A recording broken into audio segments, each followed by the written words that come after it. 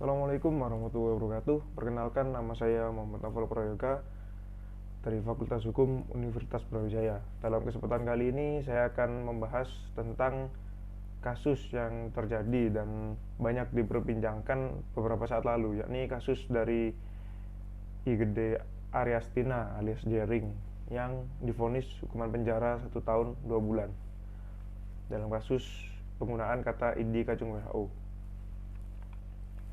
Dan kasus ini bermula pada tanggal 16 Juni 2020. Ketua ID Bali, Gede Putra Suteja, melaporkan Jering ke Polda Bali. Dia menuding Jering menyebarkan nama baik dan menyebarkan ujaran kebencian karena memposting ID kacung WHO di akun Instagramnya. Ada 2 postingan dan 1 komentar Jering yang dilaporkan Suteja. Pertama pada tanggal 13 Juni 2020 dengan isi postingan, gara-gara bangga jadi kacung WHO, IT dan RS seenaknya mewajibkan semua orang yang melahirkan dites COVID-19. Sudah banyak bukti jika hasil tes sering ngawur, kenapa dipaksakan? Kalau hasil tesnya bikin stres dan menyebabkan kematian pada bayi atau ibu, siapa tanggung jawab? Dalam postingan tersebut, Jering memberikan komentar berupa, bubarkan ID, saya gak akan pernah berhenti menyerang kalian, Ikatan Dokter Indonesia, sampai ada penjelasan perihal ini. Rakyat sedang diadu domba dengan ID atau RS. Tidak, ID dan RS yang mengadu diri mereka sendiri dengan hak rakyat. Postingan kedua, pada tanggal 15 Juni 2020 dengan isi, tahun 2018 ada 21 dokter Indonesia yang meninggal. Ini yang terpantau oleh media saja ya. Sayang, ada konspirasi busuk yang mendramatisir situasi ini. Seolah dokter meninggal hanya tahun ini agar masyarakat ketakutan berlebihan terhadap COVID-19. Saya tahu dari mana. Silakan salin semua link yang ada di foto, post di Facebook atau Instagram Anda. Lalu lihat apa yang terjadi. Masih bilang COVID-19 bukan konspirasi? Laporan Suteja diterima oleh Polda Bali. Kemudian pada 26 Juli 2020, demo tolak rapid test di lapangan Renon, Denpasar. Jering bersama istrinya dan juga peserta pemuda setempat demo tolak rapid test di lapangan Renon, Kota Denpasar. Mereka demo mengabaikan protokol kesehatan mencegah penularan virus corona. Gubernur Bali, Wayan Koster, meminta warga tak terpengaruh dengan opini Jering. Kasus ini juga menjadi perhatian Ketua Satgas COVID-19, Doni Murdano, dan meminta Pemprov Bali memeriksa Jering atas opininya tersebut, tapi tak dilaksanakan Pemprov Bali. Dan pada 5 Agustus 2020, Jering dilaporkan pecalang. Jering dilaporkan aparat keamanan desa atau disebut pecalang bernama Imade Supatra Karang ke Polda Bali. Jering dilaporkan mencemarkan nama baik Karang karena menyebut dirinya melarang warga minum alkohol di kawasan Canggu, Badung, Bali. Laporan ini belum ditindaklanjuti oleh Polda Bali. Kemudian pada 12 Agustus 2020 ditetapkan sebagai tersangka. Wayan Koster meminta Jering untuk gentle. Jering resmi memenuhi panggilan polisi untuk dimintai keterangan. Dia sempat mangkir pada panggilan pertama dengan alasan sibuk. Pekan berikutnya, Jering resmi ditetapkan sebagai tersangka dan langsung ditahan di rutan Polda Bali. Polisi menolak permohonan penangguhan penahanan Jering. Kasus Jering ini rupanya mendapat perhatian Gubernur Bali, Wayan Koster. Dia menilai Jering menghasut dan memperburuk kondisi corona di Bali. Dia meminta Jering bertanggung jawab atas perbuatannya dan bersikap gentle saat mendekam di rutan Polda Bali. Kemudian pada 25 Agustus 2020, berkas Jering dilimpahkan ke Kejati Bali. Berkas perkara Jering dilimpahkan ke Kejaksaan Tinggi Bali. Kompak dengan Polda Bali, Kejati menolak permohonan penangguhan Jering dengan alasan dikhawatirkan mengulangi perbuatan yang sama. Dan pada tanggal 3 September, berkas perkara Jering dilimpahkan ke Pengadilan Negeri Denpasar. PN Denpasar juga menolak permohonan penangguhan penahanan Jering dengan alasan yang sama.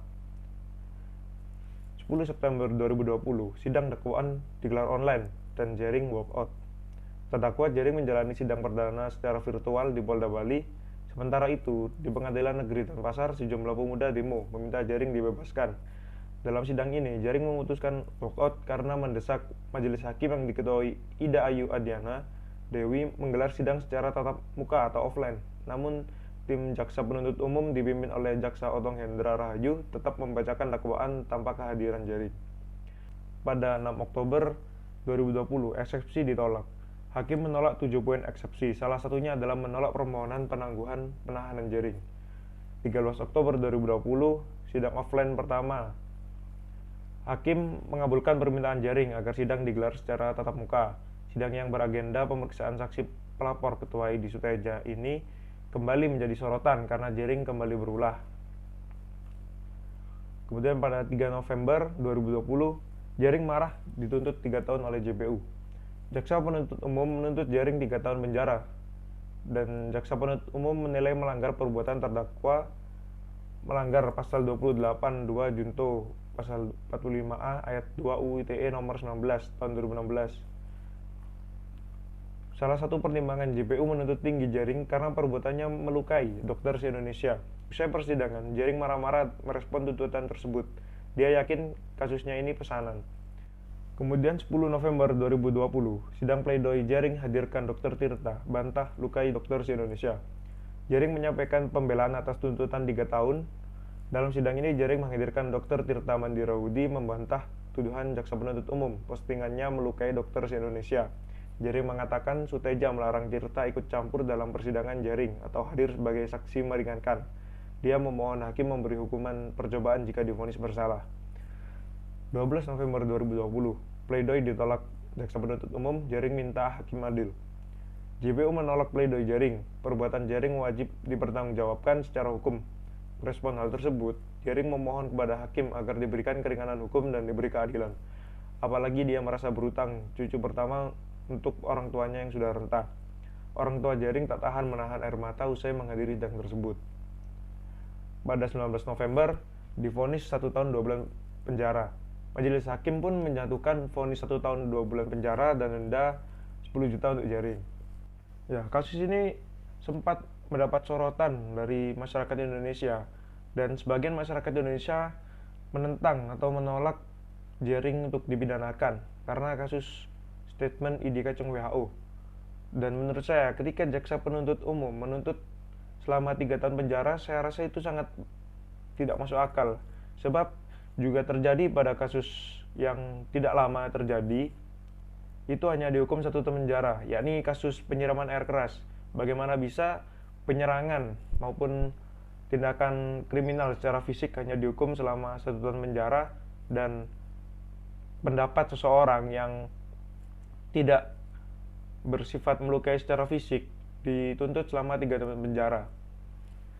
Dan mungkin menurut saya hukuman yang cocok hanya 1 tahun penjara ataupun hukuman percobaan, hanya untuk memberi efek jera agar tidak diulangi kembali oleh tersangka. Dan pada akhirnya hakim pun menjatuhi hukuman selama 1 tahun 2 bulan penjara. Saya rasa ini juga keputusan yang bijaksana dan adil dari hakim. Dan menurut saya juga di era sekarang ini memang kebebasan berpendapat sangat mudah. Semua orang bisa berpendapat, tapi alangkah baiknya kita menjaga pendapat kita agar tidak melukai maupun bersifat menjatuhkan satu pihak atau individu. Ya, sekian pembahasan saya tentang penahanan Jering.